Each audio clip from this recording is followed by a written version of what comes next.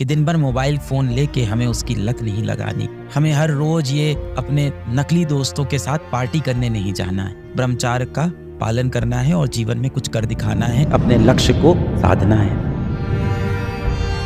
देखो, अक्सर ऐसा होता है कि हमारे आसपास जो लोग होते हैं वो अपने जीवन में अपनी गलतियों की वजह से असफल होते हैं। फिर अपनी असफलता का बोझ, अपनी असफलता का दर्द वो आपके जीवन पे डालते हैं। ऐसे लोग आपको जीवन में कभी भी ऊंचा उड़ने नहीं देंगे। ये जिंदगी आपकी है।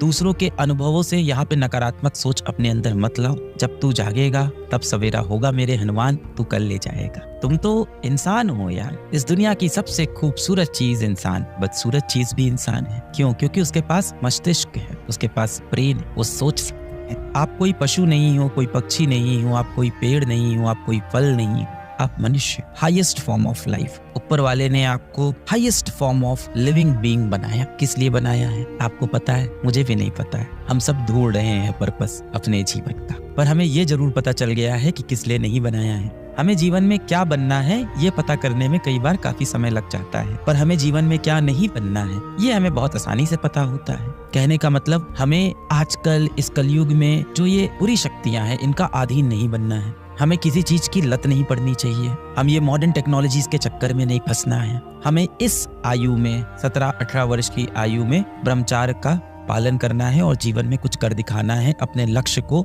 साधना है। हमें क्या नहीं करना है ये हमें पता है कि दिन भर मोबाइल फोन लेके हमें उसकी लत नहीं लगानी। हमें हर रोज ये अपने नकली दोस्तों के साथ पार्टी करने नहीं जाना है। आजकल बड़ा ये प्रचलन हो गया है, आपकी उम्र में तो कम है, हमारी उम्र के लोगों में ज्यादा है, कि हर रविवार शनिवार लोग चले जाते हैं क्लब में पार्टी करने। क्यों? क्योंकि अब ऐसा उसूल बन गया है, जो नहीं जाएगा वो गंवार है, जो नहीं जाएगा वो मॉडर्न नहीं, जो नहीं जाएगा वो खुश नहीं। खुशी की परिभाषा ही बदल गई है। आपके आसपास के लोग अब आपको बताते हैं कि आप जीवन में किस तरह से खुश होगे और किस तरह से खुश नहीं होगे। इंसान के पास इतना अच्छा मस्तिष्क है, वो उससे खुद पूछ सकता है कि मुझे जीवन में किस तरह से असल सुख मिलेगा। ये आपको बात पता भी है, कैसे मिलेगा तुम मुझे बताओ ना बच्चों। अभी आपका पेपर होगा 2024 का और आप सिलेबस नहीं कंप्लीट कर पाओगे, रिवीजन नहीं कर पाओगे, तो आप रीजन क्या बताओगे? मैं पढ़ नहीं पाया पूरा, मैंने शायद उतना समय नहीं दिया जितना रिक्वायर्ड था तैयारी के लिए। जो हो सकता हो कुछ और बच्चों ने दिया हो और वो सिलेक्ट हो गए हो। बहुत सी गलतियां आपने की होगी जिसकी वजह से आप उन गलतियों के बोझ से खुद को मुक्त करो। जब तक आप अपने कल को नहीं भूलोगे, आपका कल आपको नहीं भूलेगा। जब तक आप अपने अतीत से पीछा नहीं छुड़ाओगे, आपके अतीत के दर्द आपका पीछा नहीं छोड़ेंगे बेटा। ये सारा जो बोझ है ना, ये सारा जो दर्द है, जो बोझ है, ये एकदम सीने पे लगने लगा होगा जब माता पिता सुबह शाम देखते होंगे इस साल क्या कर रहा है बेटा। अड़ोस पड़ोस वाले पूछते होंगे आपके माता पिता से कि इस साल आपकी बेटी, इस साल आपका बेटा क्या कर रहा है? तैयारी कर रहा है। पड़ोसी क्या बोलता होगा? पिछले साल क्या कर रहा था? तैयारी। और उसके पिछले साल तैयारी, और उसके पिछले साल। और फिर वो पड़ोसी ऐसे स्माइल देके चला जाता होगा। वो पड़ोसी असल में आपके माँ बाप और आपके हालात पे हंसी उड़ाते हुए, आपका मजाक उड़ाते हुए, नीचा दिखाते हुए चला जाता होगा। कुछ गलतियां आपकी रही होंगी, कुछ गलतियां आपकी नहीं रही होंगी। कितने बच्चे ऐसे होंगे जिनकी ऐसा हो कि 2-3 महीने तबीयत ही खराब रह गई, हेल्थ प्रॉब्लम आ गई। किसी घर में ऐसा होगा कि शादी पड़ गई, किसी के यहाँ ऐसा होगा कि मेंटल उसको प्रॉब्लम हो गई। तो बहुत सी अलग अलग दुविधाएं होंगी, पर आप अपने कल के बारे में अब परेशान मत। कलयुग के अंदर ना बहुत सारी इस तरह की बीमारियां टहल रही हैं, और जो आप कहते हो ना कि आपको मोबाइल फोन की लत लग गई है, या आपका पढ़ने में रुचि नहीं है, आपको किसी और चीज में मजा आने लग गया है, इसमें बेटा आपकी गलती नहीं है।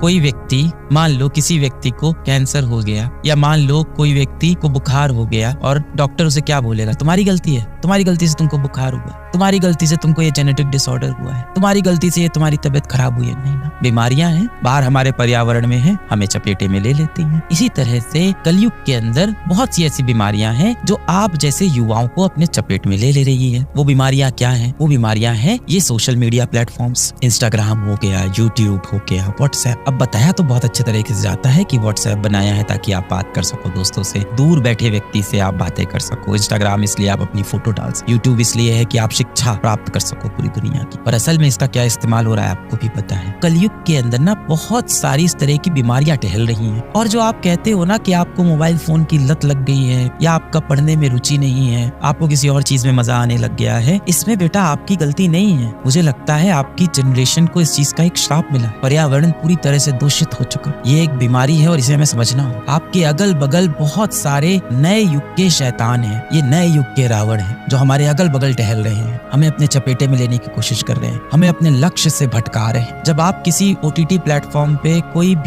भी वेब सीरीज देखने लगते हो, कोई भी शो देखने लगते हो जिसमें लड़ाई झगड़ा चल रही, कुछ भी चल रही है, पंचायत चल रही है, उससे आपको आपका लक्ष्य पाने में कोई मदद नहीं होगी। आप बोलते हो नहीं वो मुझे खुशी देगा, मुझे सुख देगा। उतनी देर आप अपने एक बहुत अच्छे दोस्त से बैठ के किसी विषय पे चर्चा करो, आपको ज्यादा सुख महसूस होगा। अपने माता पिता के साथ बैठ के बातें करो, आपको ज्यादा सुख महसूस होगा। आप जाके बाहर कोई खेल खेलाओ, शारीरिक कसरत वाला कोई खेल खेलाओ, आपके शरीर को भी अच्छा लगेगा, आपके दिमाग को भी। पर हम कर नहीं पाते, क्यों? क्योंकि हम बीमार हो गए भाई। आप समझो इसमें आपकी गलती नहीं है, मैं आपको बिल्कुल ब्लेम नहीं कर रहा हूँ। तुम्हारा हाथ पकड़ के मैं खड़ा हूँ। मैं बहुत सारे बच्चों से हर रोज मिलता रहता हूँ। यहाँ ऑफिस में हर रोज बच्चे आते हैं, कभी मैं चला जाता हूँ किसी विद्यापीठ सेंटर में, कभी आसपास कहीं बच्चे मुझसे टकरा जाते हैं। मैं हर रोज बच्चों से मिलता रहता हूँ, वरना मैं सोशल मीडिया पे मैं तो एक्टिव रहता हूँ देखने के लिए कि मेरे बच्चे क्या कर रहे हैं। और मैं अपने बच्चों को दोष नहीं देता हूँ कि तू खराब है, तू पापी है, तू पागल है, तू नालायक है, तू दुष्ट है। नहीं, मुझे पता है मेरा हर एक बच्चा दिल से आज भी चाहता है कि वो जीवन में सफल हो, समाज का कल्याण करे, अपने माँ बाप के लिए कुछ अच्छा कर जाए। हर बच्चे ने चाहता।